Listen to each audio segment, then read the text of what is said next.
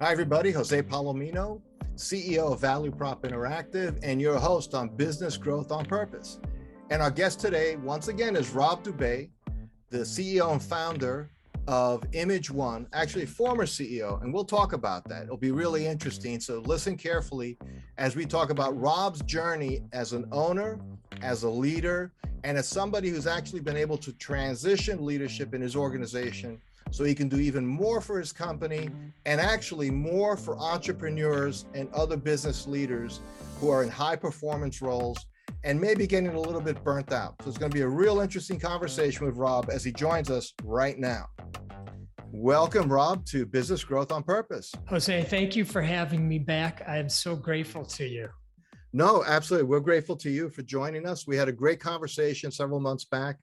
And for our listeners, Rob is the CEO and co-founder of ImageOne. And just to provide context, Rob, just tell us a little bit about what ImageOne does. Yeah, so ImageOne provides managed print services, which start with multifunction printers and copiers.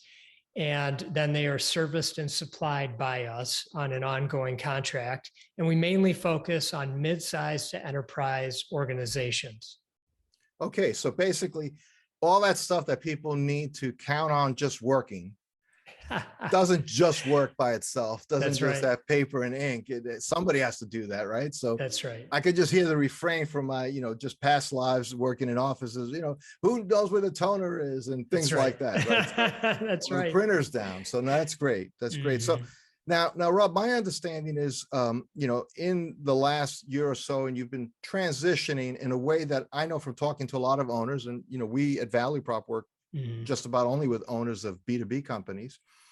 And that you've transitioned or in the process of transitioning to be more of higher level overseer, not as much in the day-to-day, right? Yes, so is that correct? Okay. Yes, it is. We put in place a succession plan, and that is completed. So we had one of our key team members is now become the CEO, and I'm serving a role to help support him in any way that he needs me to through my years of experience with the organization. And I'm focused on acquisitions. And so that's what I do for ImageOne on a day-to-day basis. Wow. So, I think that's such an area, I think, for rich discovery. And here's what I mean by that. I've talked to a lot of owners who they know they are the hub of the wheel, right? They are basically everything. And, and they will tell you, like, I don't want this. I don't want to be always involved in all these decisions. I wish somebody would take this from me. I still like to be in the business. I'm not ready to sell the business. And in fact, they may even been told that so long as you're the hub, actually the business is hard to sell. So it's not even like you can't just easily get out of it if you're that glue. So what were some of and let's start with the inner game, kind of like the emotional, intellectual processes to even come to that decision that you wanted to remove yourself from the day-to-day operations. How was that transition for you? Yeah. So fortunately for me, my identity is not wrapped up in my business life. And so I think that made it a little bit easier, but we have a really clear vision. And I continually would look at our vision and I would ask myself, am I the person who's capable of helping us accomplish the vision? Mm-hmm. And I started to waver on that. And I felt I hit a ceiling. I'm not the person who's going to be able to do this. We need somebody much more capable to come in and lead that next phase of the business to get us to where we're headed. And so I felt very strongly about that. And that's why we made that decision to do the succession plan. Now, what's interesting about that, Robin, and I'm not saying that all owners are egotists, but I am saying, I think something about starting a business, you have to have a certain amount of confidence, or else you're just not going to be able to, you're asking people for money, you're asking people for business. You got to believe you can do something. But somewhere in that, it sounds like you created like a model of what you wanted the business to be. So you could objectively kind of judge whether you were the one to take you there, because you actually put some structure around what the goal looks like. That's right. Was that a long process, or was that something that you had somebody help you figure out, or is that a natural gifting area for you? Well, as far as creating our vision, Yes. we've been visioning for over 20 years. So I was taught how to do that and found a particular process that worked well for us. And it was a very collaborative process, meaning I brought key members of the team into it. And then ultimately, we work with the entire team, everybody in the company, to sort of verify where we're going with the vision and take in new ideas. And then we put together the final vision for everybody, and they've all had a hand in it. And so we've been doing that for a number of years now. Yeah. Wow. So that's very different than, owner walks in one day and says, we're going to develop a vision for our future. Exactly. And you can just see the eye rolls like, oh, here you go again, like that. But this is something you actually built as part of your culture, is looking Yes. toward the future. Yeah. Yes. And building that way. Yeah, I mean, I've never felt I'm the smartest person in the room, in fact, and I don't want to be. And so, I've always tried to find, and like most business owners, I think, do try to do this, is try to find people that complement them, in the sense, complement their skills, Sure. their strengths and their weaknesses. And I'm a big collaborator. I'm always looking for answers. I don't always feel like I actually have the answers. So collaboration is a very important part, and that comes naturally to me. Right. Well, what's interesting about that too is, one of the biggest skills, and it doesn't often get highlighted.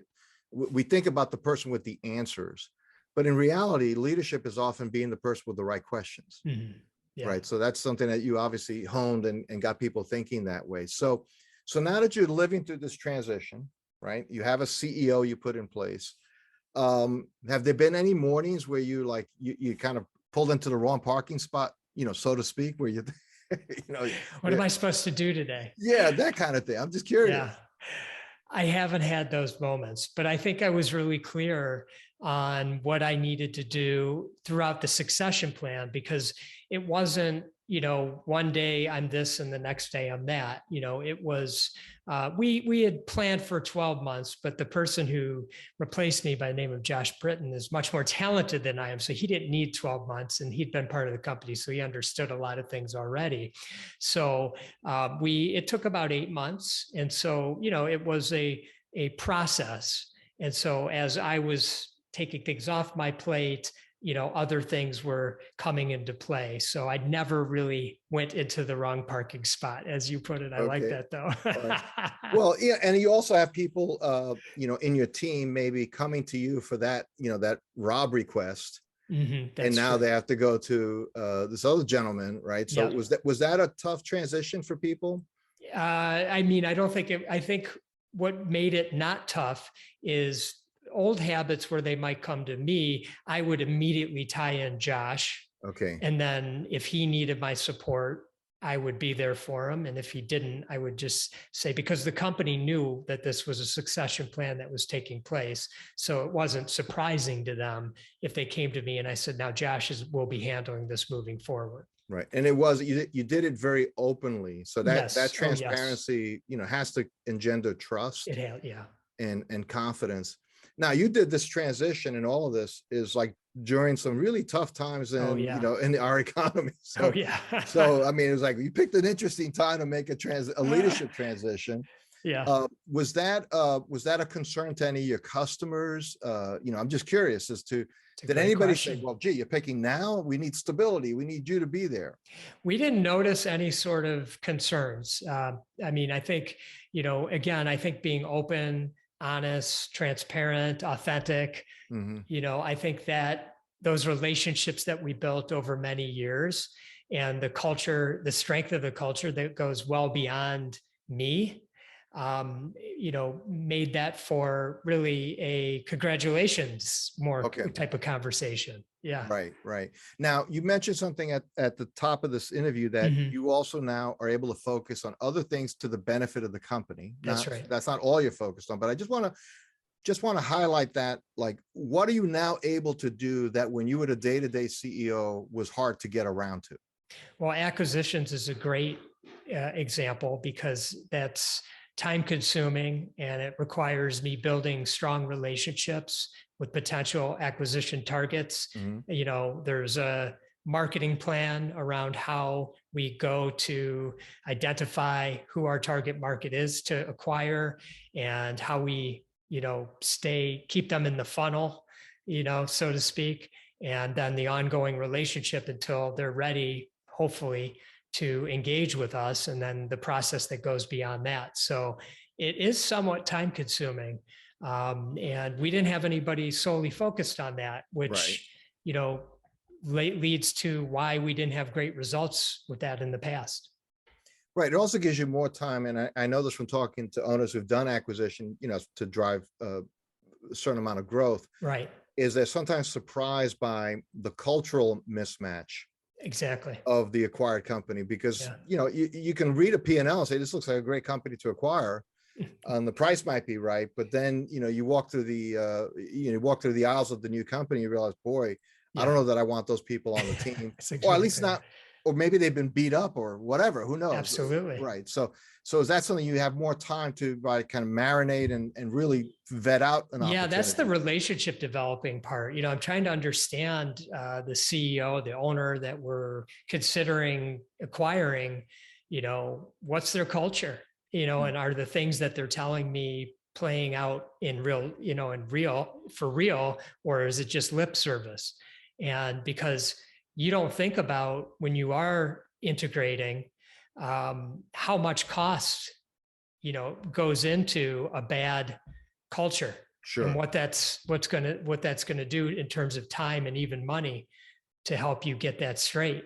So a big part of what we're doing and what I'm doing is making sure that the cultures are aligned, so we have a really good and smooth transition.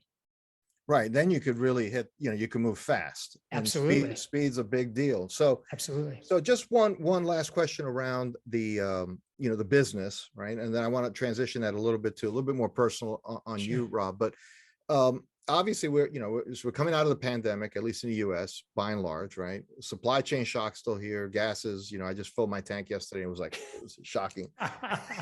Totally. It's like literally shocking, Yeah, for sure. So It is. I didn't even know that digit came up on the gas thing, but it did. So in the midst of all of that, what, and I'm not asking you, to be Warren Buffett or have a crystal ball, but just your sense looking at the market, you're working with a lot of different businesses. What's your sense about what the next year looks like, both for you and, the people you're dealing with? And what are you feeling there? Yeah. What are you hearing? Right now, I'm a little nervous, to be honest with you. We're having big time supply chain issues. So we have millions in open orders that we can't deliver. And it's concerning that those orders might go elsewhere or get dropped. And of course, we can't bill for those orders either. So that's concerning as well. So as far as our industry and our business goes, that's concerning. I think a recession could be around the corner. And I don't know what that's going to mean to our customer base. So that's of concern to us. And then, the type of business that we are, since we're servicing offices and the world has changed, Right. What's that going to look like? Are people coming back in? Are they sort of coming back in? Are they not coming back in? Right now, it's everything. So, all those things are at the top of our issues list that we're trying to pay as close attention to as we can to, make sure that we make good decisions. For a business like ours, I think it's really important to make sure that we have 10-year thinking, which we do, and that we are prepared financially. So we've done a good job at making sure that we have proper cash to get through challenging times. And I think those are two really important components to getting through difficult times like this, because when you do, you're way ahead of those that weren't prepared, because they either crash and burn or they're stumbling out. Right. Wow. Well, it's interesting because I'm hearing, pretty much that. And you're always fearful that, is this going to be like all self-fulfilling prophecy? Like everyone's worried about everybody. Everybody's worried about everybody's worrying. Right? Totally. And it slows things down. And clearly things like what you're talking about, which could be significant changes in the way people office. Right. But, it's interesting. I was working with a client, and one of the challenges they had was, because they were getting all new remote workers, like when they hired somebody, they're remote. getting a properly configured laptop printer combination to that person's home. Right. It's not trivial. I mean, Best Buys are closing. You know, and it has to be configured, it has to have the software on it because it's a corporation and so on. So That's right. it's just interesting how, you know, I wonder how that's going to play out, you know, in time. I do too. Yeah, we're paying close attention to that for sure. I'm sure, Rob. So now you've, I'm assuming you're still very focused and busy on the things you are now focused and busy on, but I also know you've added some layers to what you're able to do with your life now and so on. And tell us a little bit about that. So a close friend of mine that I started working with many years ago by the name of Gino Wickman, who happens to be the founder of the Entrepreneurial Operating System, EOS, and wrote many books, but one most well-known is called Traction. And I partnered up on a book that he wrote called The 10 Disciplines for Managing and Maximizing Your Energy. And these were disciplines that he has taught to me sort of through our, not formally, but informally through our friendship. And when I saw him put them on paper, I was really energized because I knew what that did for me in my life and how impactful it was. And so the two of us came together and we created a community around the 10 disciplines so people can really work towards building what we hope will be their optimal life. Okay. So it's much more, it's not just business. It's geared towards entrepreneurs. Okay. And high performers. Gotcha. And usually what we find, oftentimes some traits of entrepreneurs and high performers is they have a high level of anxiety. They maybe have experienced depression or trauma to a certain extent. Some are addicted to various substances or things. Oftentimes they've been bankrupt or they're near bankruptcy. You know, they're on the edge, and we want to eliminate that suffering from their life. And the 10 disciplines for managing and maximizing their energy is a really useful set of tools that can help them do that. So while it is somewhat personal, it's actually very relatable to their business life. Right, because at the end of the day, for an entrepreneur, they are the driver until they get to the point where you reach, where you can actually now hand the keys to somebody else. Yeah, they're going to be the one that's going to drive a lot of it. You know, getting there. That's right. And so, Rob, if somebody wanted to know more about the 10 disciplines, where should they go to learn more about that? They would go to the10disciplines.com and it's all right there. Okay, that's good. I love it. A URL that makes sense. That's right. And you can either spell 10 or you could type 10. We have one. You thought you got both. That's great. Who knew? That makes sense. You're right. It's funny. And I'm glad you don't have like dashes on that, because there's no dashes. There's no dashes. When you do dashes, it's hard when people call that out. But you know, sometimes it's the only way to get the name you want. Totally. So Rob, as you look out at that, do you see yourself doing more of propagating? Do you see yourself doing that more? Like, is that like more your cause, like helping entrepreneurs, working more with entrepreneurs on that level, maybe speaking, things like that? Absolutely. I'm out there speaking. I've done numerous keynotes on the topic since we started this, going on a year almost. And there's an online course there that you could take. You can join into the community, and there's one-on-one coaching options. So there's all kinds of ways that you can learn and keep these disciplines incorporated into your life and really build a strong foundation, because it takes some time. Sure. I'm assuming it's not trivial. You're talking about people are hardwired a certain way, and all. Absolutely.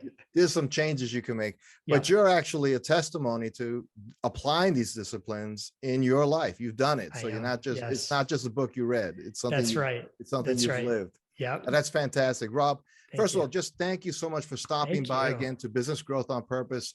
Really interesting. So happy for you on your journey. You've reached stages and places which I know a lot of owners would like to get to. So I hope they listen closely to this. And it's the 10disciplines.com. The 10disciplines.com. And we have a special code if you'd like to share it with your audience in your show notes. And we'll send that to you. I don't know. Perfect. It'll be in the show notes. In the show notes. Yeah, a discount code in a special page just for you. Fantastic. Rob, thank you so much for stopping by. Really appreciate it. Appreciate you. All right. Bye now. Bye. Thanks for listening to another episode of Business Growth on Purpose. If you like the show, hit subscribe and leave us a review to help other people find the podcast. And if you're ready to take the next step in driving intentional growth for your business, come check out what we're doing at valueprop.com. We've developed industry-leading programs and systems to help B2B owners take control of their growth. Until then, thanks for listening to another episode of Business Growth on Purpose.